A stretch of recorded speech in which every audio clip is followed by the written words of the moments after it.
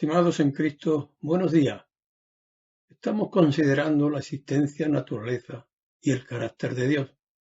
Ya vimos la existencia, la naturaleza y la primera parte del carácter de Dios. Y hoy es mi intención de finalizar este tema, que para mí es apasionante. Dijimos que en nuestra sociedad el carácter de una persona es muy importante. A través de él se conoce a la persona. Y en el caso de ocupar un cargo, por ejemplo, la empresa, para conocer a los candidatos, en primer lugar, solicita el currículum de cada uno, para a través de él conocer principalmente los estudios académicos y la experiencia laboral. Después les cita para una entrevista, en ella conocen a la persona físicamente, si es alto o bajo, si es bien parecido o no, si es simpático o no, si es amable en su trato o es persona de pocas palabras, etc. Finalmente, si es para un cargo de cierta importancia y responsabilidad, a los seleccionados se les hace un test de personalidad o psicotécnico para deducir si el solicitante reúne o es adecuado para el puesto de trabajo. Bien, esto ya dijimos es en cuanto a una persona. Y decíamos también que para considerar el carácter de Dios lo mejor era estudiar sus atributos. Y para ello, qué mejor que buscarlos en la palabra de Dios. Ya en la primera parte estuvimos considerando los atributos referentes a su esencia y su poder. Y dentro del grupo de su esencia, vimos que Dios es único, es invisible, es infinito y es eterno. Y dentro del grupo de su poder, vimos que Dios es omnipresente, omnisciente, omnividente y omnipotente. Hoy continuaremos estudiando los bloques de atributos referentes a su conducta y su misión. En primer lugar, su conducta. Y dentro de este grupo veremos que Dios es santo, es justo, fiel, misericordioso, veraz, inmutable y comunicativo. Veamos en primer lugar, Dios es santo, el atributo de santidad. Significa puro, limpio, apartado del mal. Y como hicimos en días pasados, veamos qué dice la Biblia al respecto. Por ejemplo, en Éxodo 15, y después de pasar el mar rojo por el poder de Dios, Moisés dedica un cántico a Dios y dice en el versículo 11, ¿quién como tú, magnífico en santidad, terrible en maravillosas hazañas, hacedor de prodigios? En Levítico 19:2, Dios habla a Moisés y le dice, habla a toda la congregación de los hijos de Israel y dile, santo seréis, porque santo soy yo, Jehová, vuestro Dios. Y en el Salmo 22:3, David dice lo siguiente, pero tú eres santo, tú que habitas entre las alabanzas de Israel. El salmista también, en el Salmo 99:3, un salmo que habla de la fidelidad de Dios con Israel, dice, alaben tu nombre grande y temible, Él es santo. Recordemos que estamos considerando la santidad de Dios. Ahora, en Isaías, capítulo 6, versículo 3, el profeta ve en visión a Dios en su trono y dice que por encima de él habían serafines y el uno al otro daban voces diciendo, Santo, Santo, Santo, Jehová de los ejércitos, toda la tierra está llena de su gloria. El Dios 3 veces santo. Para finalizar de considerar la santidad de Dios, vamos a Apocalipsis 15, habla el apóstol Juan que ve en el cielo a los mártires de la gran tribulación que no se postraron ante la bestia y cantaban el cántico de Moisés. Y dice en el versículo 4, ¿quién no te temerá, oh Señor, y glorificará tu nombre? Pues solo tú eres santo, por lo cual todas las naciones vendrán y te adorarán, porque tus juicios se han manifestado. A continuación, vemos a Dios justo, el Dios justo, es decir, Dios actúa con verdadera justicia y rectitud. El primer texto bíblico que leemos y donde veremos que Dios es justo, lo encontramos en Éxodo 9:27. Y habla el faraón a Moisés y a Aarón en el contexto de las plagas que Dios estaba enviando a Egipto, concretamente la plaga número 7, la del granizo. Y dice en el versículo 5, que aquel granizo hirió en toda la tierra de Egipto hombres y bestias. Y al ver esto el faraón dijo a Moisés y a Aarón, he pecado esta vez, Jehová es justo, y yo y mi pueblo impío. El mismo faraón reconoció que Dios es justo, aunque después que orara Moisés a Dios, cesaría el granizo y el corazón de faraón se endureció de nuevo y no dejó salir a los hijos de Israel de Egipto. El siguiente texto, que nos habla de que Dios es justo, lo tenemos en el Salmo 7, en el versículo 9, donde David dice, fenezca ahora la maldad de los inicuos, mas establece tú al justo, porque el Dios justo prueba la mente y el corazón. También David, en el Salmo 11, versículo 7, dice, porque Jehová es justo y ama la justicia, el hombre recto mirará su rostro. Y en Primera de Juan, capítulo 1, versículo 9, el apóstol Juan escribe, si confesamos nuestros pecados, Él es fiel y justo para perdonar nuestros pecados y limpiarnos de toda maldad.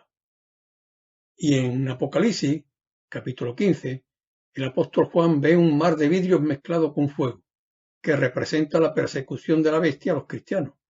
Esta imagen está en el contexto del final de la gran tribulación, y Juan ve a los mártires que han reconocido al Cordero de Dios como su único y suficiente Salvador, y han obtenido la victoria sobre la bestia, y ellos, en el versículo 3, cantan el cántico de Moisés y el cántico del Cordero, diciendo, grande y maravillosas son tus obras, Señor Dios Todopoderoso, justos y verdaderos son tus caminos, Rey de los santos.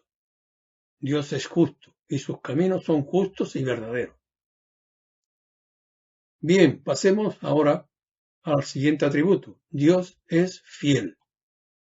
Él es fiel a sus principios, fiel a sus promesas, fiel en todo. La primera declaración de que Dios es fiel la vemos en Deuteronomio, capítulo 7, versículo 9. Habla Moisés a Israel y dice, conoce pues que Jehová tu Dios es Dios, Dios fiel, que guarda el pacto y la misericordia a los que le aman y guardan sus mandamientos hasta 1000 generaciones. Pasamos al Nuevo Testamento y Pablo, dirigiéndose a los corintios, da gracias a Dios por ellos y finaliza de esta manera. Nuestro Señor Jesucristo, el cual también os confirmará hasta el fin, para que seáis irreprensibles en el día de nuestro Señor Jesucristo. Fiel es Dios, por el cual fuisteis llamados a la comunión con su Hijo Jesucristo, nuestro Señor. Primera de Corintios 1, 8 y 9. Fiel es Dios que cumplirá lo que promete. Pablo, su segunda carta a los Corintios, capítulo 1, versículo 18, vuelve a decir, Dios es fiel. Y también Pablo, al escribir la segunda carta a los tesalonicenses, capítulo 3, y después de una serie de exhortaciones, en el versículo 3 les dice, pero fiel es el Señor, que os afirmará y guardará del mal. Y aunque nosotros le seamos infieles al Señor durante nuestra vida cristiana, Él permanece fiel, como dice Pablo a Timoteo. Si fuéramos infieles, Él permanece fiel. Él no puede negarse a sí mismo. Segunda de Timoteo 2:13. Ahora pasamos al atributo Dios es misericordioso. Como en otras ocasiones, acudimos al diccionario de la Real Academia Española, que nos dice que se conduele de los trabajos y miserias ajenos. Misericordioso es sinónimo de compasivo, clemente, bondadoso, benigno, etc. Dios tiene compasión del ser humano y en su misericordia no nos da lo que merecemos, sino que nos da lo que no merecemos. Dice David en el Salmo 103, 10 al 12, no ha hecho con nosotros conforme a nuestras iniquidades, ni nos ha pagado conforme a nuestros pecados, porque como la altura de los cielos sobre la tierra engrandeció su misericordia sobre los que le temen. Cuando está lejos el oriente del occidente, hizo alejar de nosotros nuestras rebeliones. A continuación, Moisés. Dios le había ordenado que subiera al monte Sinaí con 2 tablas de piedra, y Moisés lo hizo, y dice el texto que Jehová descendió en la nube, y pasando Jehová por delante de él proclamó Moisés: Jehová, Jehová, fuerte y misericordioso y piadoso, tardo para la ira, y grande en misericordia y verdad. Éxodo 34:6. También Moisés, en Deuteronomio 4 del 15 al 40, advierte al pueblo sobre la idolatría y dice en el versículo 31: porque Dios misericordioso es Jehová tu Dios, no te dejará ni te destruirá, ni se olvidará del pacto que les juró a tus padres. Ahora es David, que dice en el Salmo 86:15: mas tú, Señor, Dios misericordioso y clemente, lento para la ira, y grande en misericordia y verdad. También en el Salmo 103:17 dice: la misericordia de Jehová es desde la eternidad, y hasta la eternidad sobre los que le temen, y su justicia sobre los hijos de los hijos. Y en el Salmo 136, salmo que se cantaba en las fiestas solemnes, y por cada una de las 26 frases, la congregación repetía: porque su misericordia es para siempre. En la misericordia de Dios vemos también otros atributos, incluidos su gracia, su amor y su paciencia.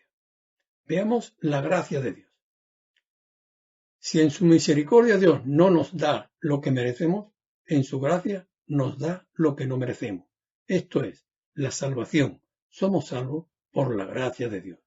Dice Efesios 2, 5 y 8, aun estando nosotros muertos en pecado, nos dio vida juntamente con Cristo. Por gracia sois salvos. Y en el 8 dice: porque por gracia sois salvos por medio de la fe, y esto no de vosotros, pues es don de Dios. Y Pablo, al escribir a Tito, en el capítulo 2, versículo 11, dice: porque la gracia de Dios se ha manifestado para salvación a todos los hombres. Podemos decir que la gracia de Dios es el regalo inmerecido para el ser humano. Veamos ahora el amor de Dios. El amor de Dios está unido a la misericordia. Ya dijimos que era su misma esencia, forma parte de su esencia. En 1 de Juan, capítulo 4, del 7 al 10, nos dice: amados, amémonos unos a otros, porque el amor es de Dios. Todo aquel que ama es nacido de Dios y conoce a Dios. El que no ama no ha conocido a Dios, porque Dios es amor. En esto se mostró el amor de Dios para con nosotros, en que Dios envió a su Hijo unigénito al mundo para que vivamos por él. En esto consiste el amor, no en que nosotros hayamos amado a Dios, sino en que Él nos amó a nosotros y envió a su Hijo en propiciación por nuestros pecados. Veamos ahora la paciencia de Dios.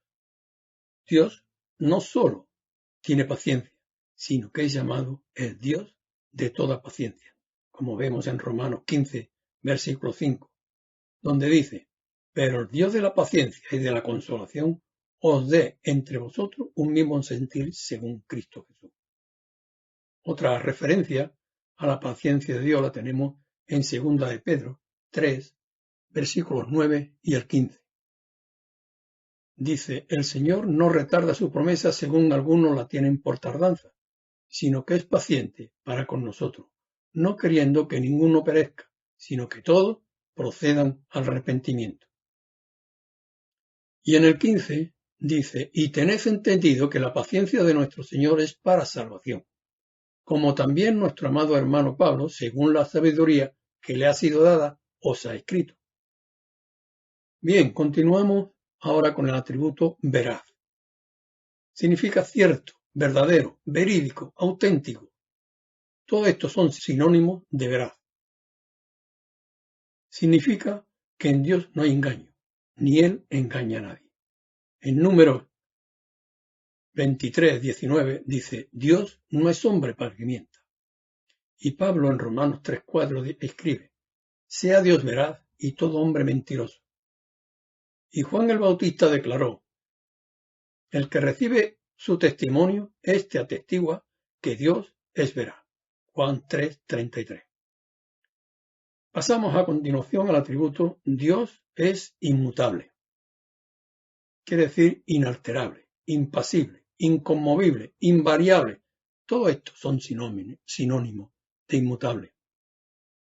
Dios no cambia. Al igual que su palabra permanece para siempre. No es como el hombre, que cambia de opinión o dice blanco y mañana negro.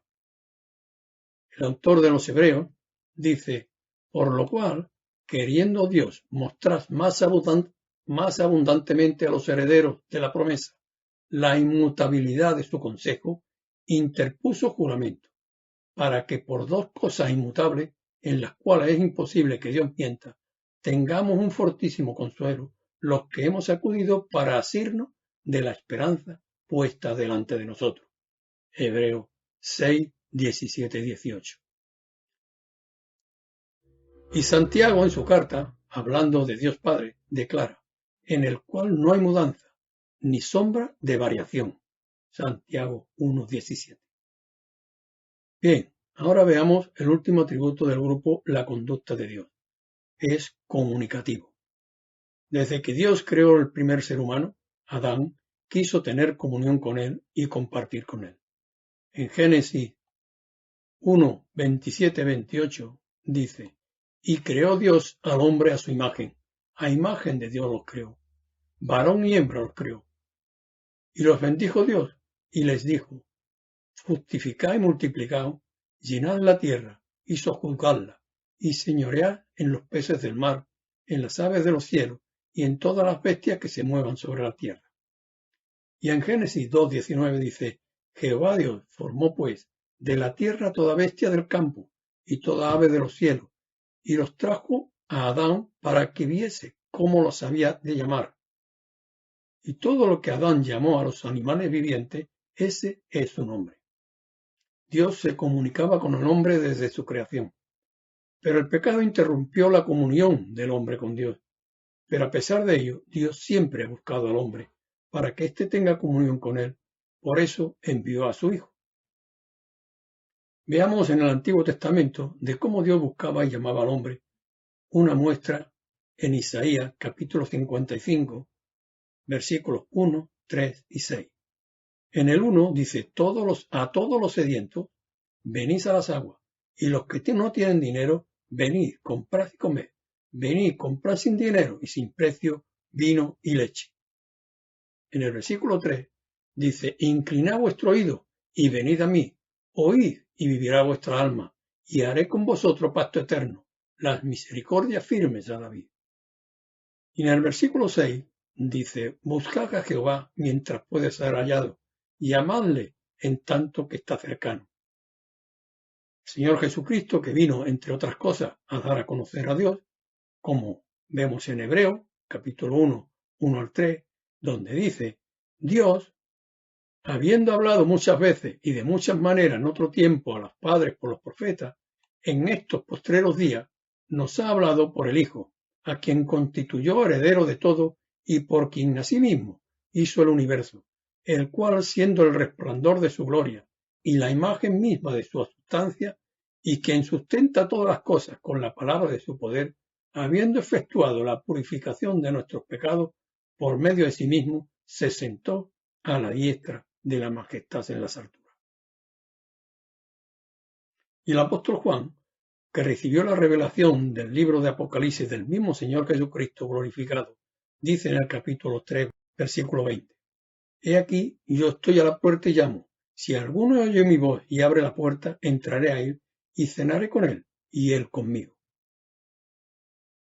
Gracias a la obra del Señor Jesucristo a favor nuestro, los redimidos tenemos acceso al lugar santísimo, a la misma presencia de Dios el Padre.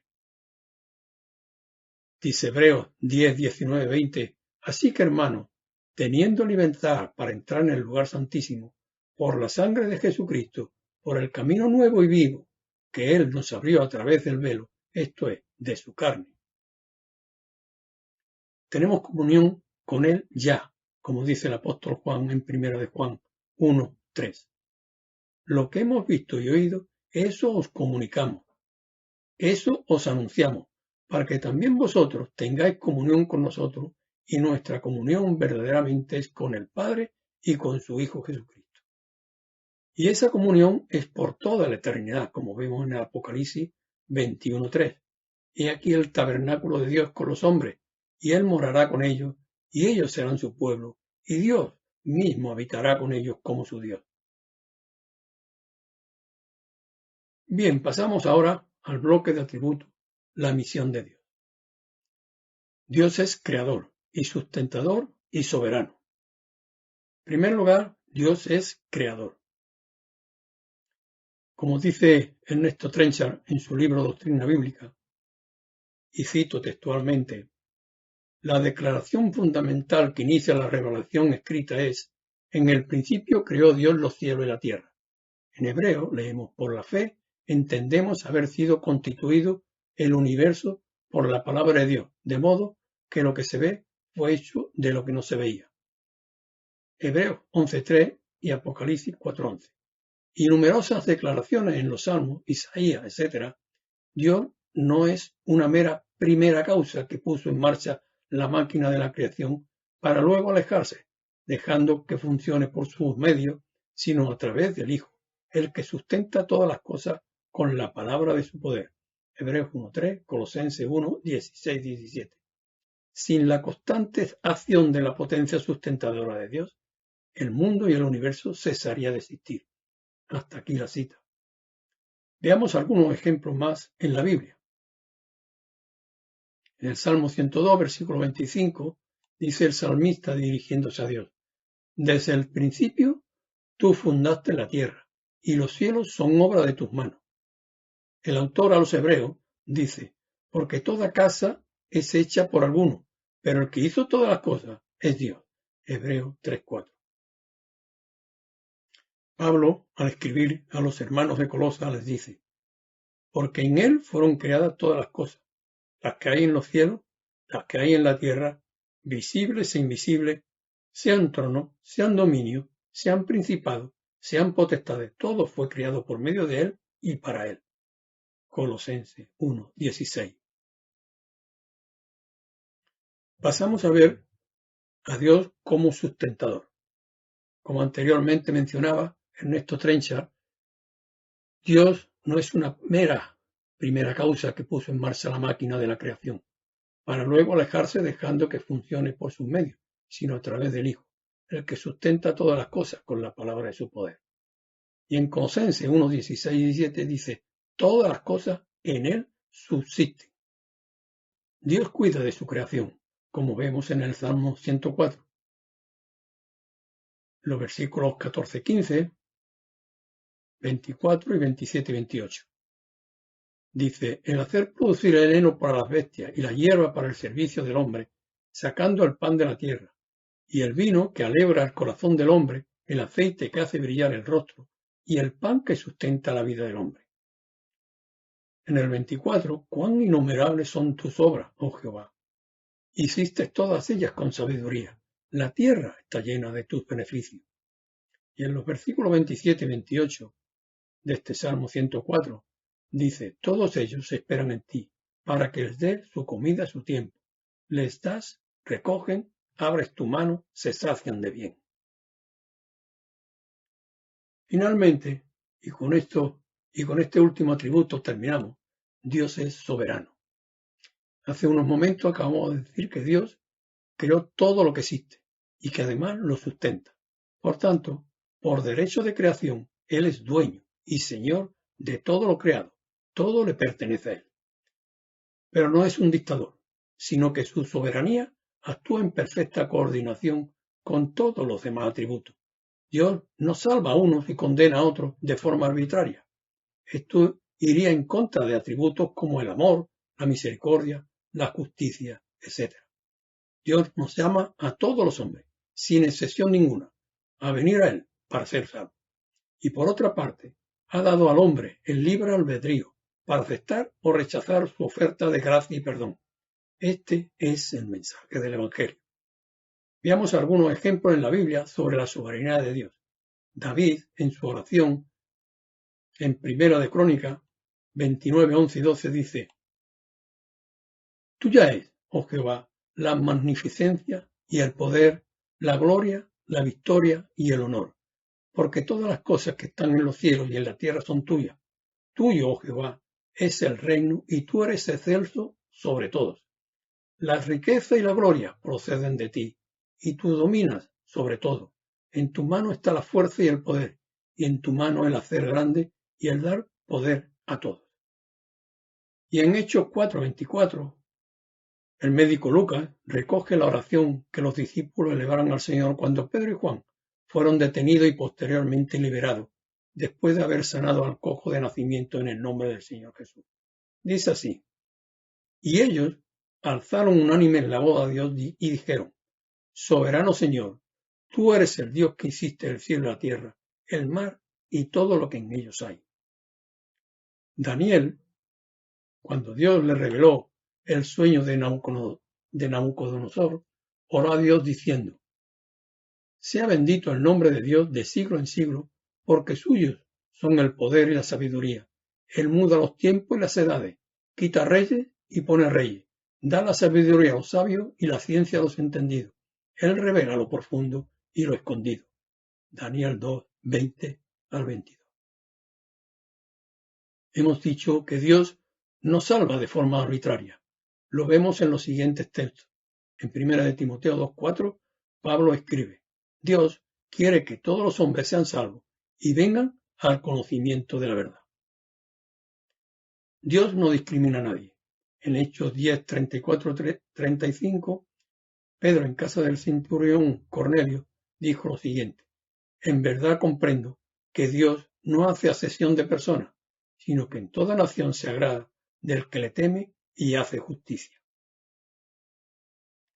En Hechos 17:30, Pablo, estando en el Areópago de Atenas y después de haber visto una inscripción al Dios no conocido, se dirigió a los asistentes así: pero Dios, habiendo pasado por alto los tiempos de esta ignorancia, ahora manda a todos los hombres en todo lugar que se arrepientan.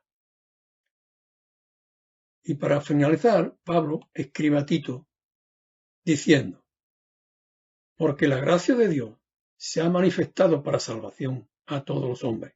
Tito 2, versículo 11. La lista de textos bíblicos podría ser mucho más larga, y de cada uno de ellos hacer un estudio. Pero vamos a quedarnos con la selección de textos que hemos mencionado y que nos dejan sin palabras para definir a nuestro Dios.